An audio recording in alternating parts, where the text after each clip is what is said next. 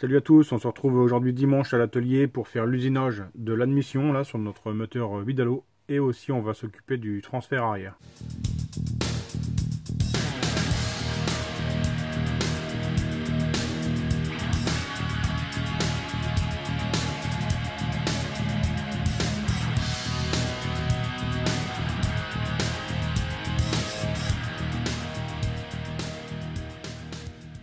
Donc voilà, on se retrouve maintenant à la fraiseuse, je vais vous montrer comment j'ai calé ça.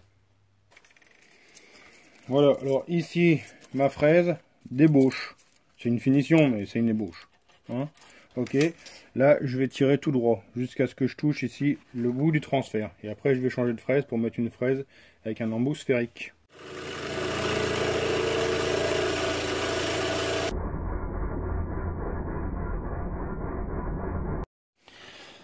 Voilà, alors si tu le sais pas, ici nous on a tendance à faire casser les carters à l'admission, donc ici comme je le fais souvent, tu vois j'ai mis une fraise avec un embout sphérique, donc qui va me faire un arc de cercle ici, ce qui va éviter d'avoir une amorce de rupture.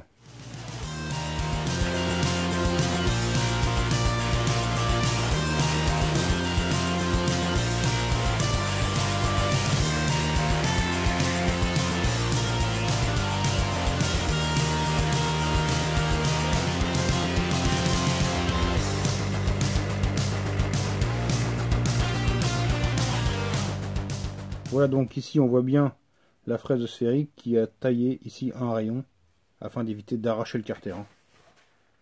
Mon carter est déjà dans la fraiseuse, je vais en profiter pour tailler le transfert arrière.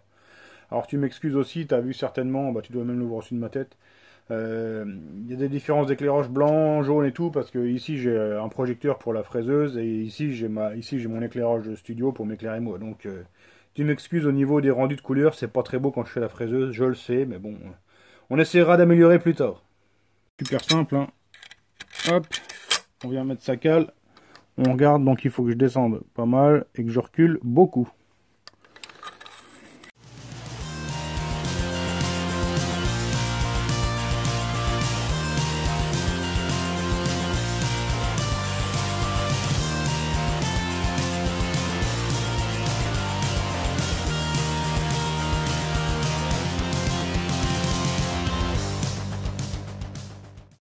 Je sais pas si tu vois bien à la caméra, mais là ici mon dessin de transfert est vraiment parfait.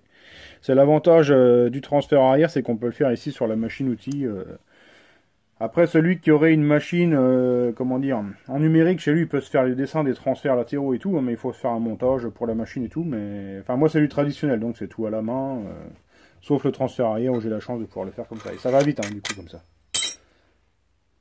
Voilà, donc ici tu vois le travail du conduit d'admission qui est terminé. Il ne me restera plus que le transfert latéral à aligner au cylindre.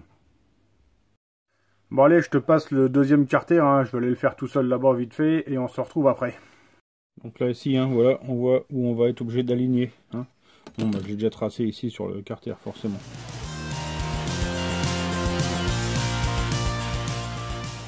Voilà, alors tu vois ici mon travail d'ébauche est terminé. Là j'ai fait ce côté-là. Hein. J'ai dessiné ce côté-là. Ici, tout est fait. Il ne me reste plus que ce côté-là à faire. Alors, comment je fais ça? Je t'ai montré, hein, à l'outillage à main. Ici, la grosse fraise pour l'ébauche.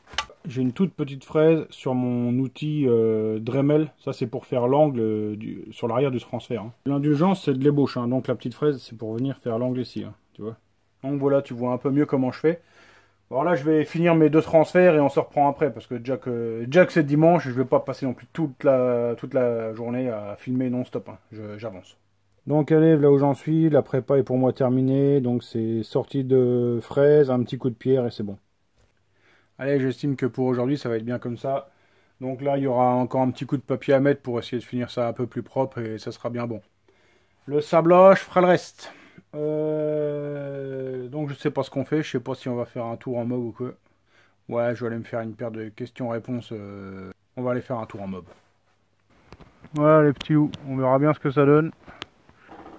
Alors normalement t'as le son, une image, mais c'est pas dit que ça se casse pas la gueule en roulant, parce que putain ça va pas l'air de tenir terrible alors machin. Allez, je ferme le casque, on verra bien ce que ça donne au niveau du son. Bon, on va pas aller bien loin, hein. On va aller aux roches en fait. C'est un point de vue de Mont Patelin qui est intéressant. Alors on peut faire de l'escalade là-haut.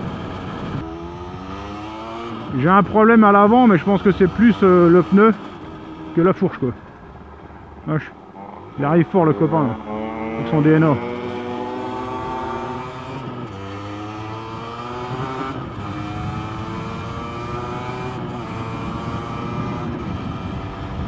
C'est fou qu'on se cartonne la gueule en direct, ça serait trop bon. Enfin, en direct, on a compris, quoi. Alors je sais pas ce que ça va donner au niveau du son. Mais bon, j'essaye, comme ça je vais être fixé, hein, blablabla, bla bla bla, tu m'entends bien. Alors voilà, c'est tout simplement, c'est là qu'on va. Hein. On va monter en haut de celui-là.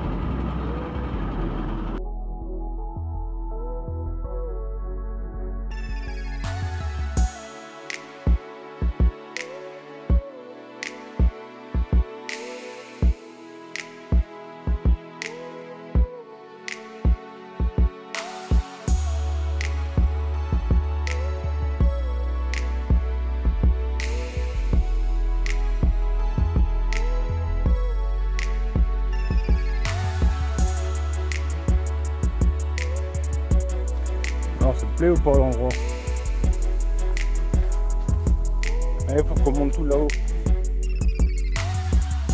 Ça, on trouve même à bouffer. On commence à prendre de l'altitude.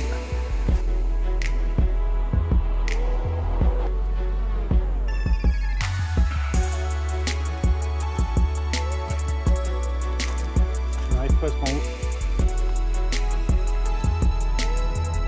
Voilà mes potes.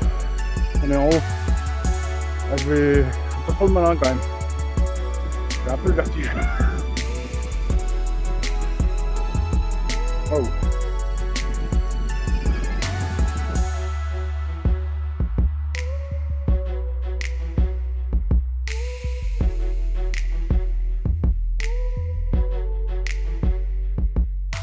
On va avancer dans le question-réponse. Tu m'excuses, j'ai le soleil en pleine tronche. Alors j'ai RC17 qui me dit la vache 2000 abonnés en 2 jours. Ouais, enfin je sais pas si tu as remarqué, mais en fait le lendemain ça avait changé. En fait il y a dû avoir un bug sur YouTube. Et le lendemain bah, j'avais perdu mes 2000 abonnés. Bon c'est pas grave, hein, on a déjà passé la barre des 16 000, tu vois. Alors j'ai Monsieur Tonnerre. Donc c'était lui qui me demandait pour l'huile de fourche de la générique. Monsieur Tonnerre. Donc voilà, bah, en fait je te réponds encore une fois. Bah, je sais pas pourquoi, parce que moi je trouve qu'elle va pas trop mal, hein, la fourche telle qu'elle est là. Donc je sais pas pourquoi tu veux la changer. J'ai Jonas Schall qui me demande de faire plus de tutos. Bah, le problème c'est que c'est pas évident, tu vois, j'ai déjà pas beaucoup de temps. Donc j'essaye d'avancer dans ce qui urge pour les copains et tout ça, pour les meetings, parce que c'est pas facile hein, de faire des tutos, ça prend du temps. J'ai Jonathan Lepetz qui me demande du banc prévu pour le moteur. Alors c'est pour le moteur Bidalo 96 dont il parle, hein. Oui il y aura du banc sur ce moteur là. Alors j'ai Louis Lestrade qui me dit que de retour des copeaux d'alu, ça fait vraiment plaisir. En tout cas merci Yonnet, bonne soirée. Bon bah moi je t'avoue que les copeaux d'alu, là j'en ai encore fait toute la journée, c'est pas la partie que j'aime le plus quoi. Franchement, encore la fraiseuse de tournage ça peut aller, mais le pire c'est tu vois, quand tu commences avec l'outil à main là pour faire les transferts, c'est pas ce qu'il y a de mieux quoi. Et j'ai Louis Lestrade encore une fois qui a une deuxième question qui me demande que penses-tu des carbus polyniques coaxiaux? Alors je sais pas duquel tu parles, si tu as la référence. Donne-moi la référence, ça sera plus simple. J'ai Sacha Fazzanini qui me demande, enfin qui me dit nickel les vidéos, juste un truc quand tu filmes, laisse le bruit de la bécane. Ouais, bah, en fait je t'avoue que là c'était vraiment les premiers motovlogs on va dire. Donc là tu vois normalement la séquence que tu as vue avant, j'espère, hein, je vais voir en rentrant, je sais pas, je te dis ça maintenant, mais j'espère qu'elle va être pas mauvaise. Normalement tu auras du son correct et le son de la moto et ma voix et tout ce qu'il faut, tout ce qu'il faut pour faire du motovlog. Seul souci c'est que je viens de me rendre compte que ma fixation de caméra là elle s'est déjà barrée, donc à mon avis je pourrais pas en faire en repartant. Alors j'ai Arnaud Van Sneskisten qui me demande, enfin qui me dit vache sacré moteur, il y en a pouléron. Ah oui bah c'est sûr que le Félix il a jamais fait les choses à moitié hein. Quand il va à la pêche il achète 5000 € de canne à pêche quoi. Quand il fait du scooter il achète 5000 € de moteur. Voilà, allez on va repartir.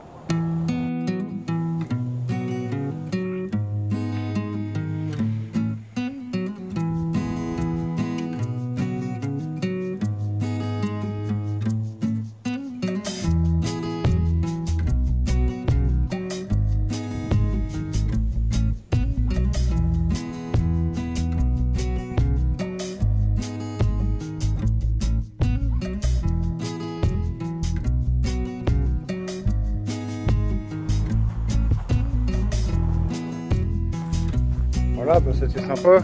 Je vous souhaite de passer une bonne soirée. On se retrouve normalement demain. Encore une fois, hein, comme d'habitude, merci aux contributeurs de la chaîne. Passez une bonne soirée. Bye.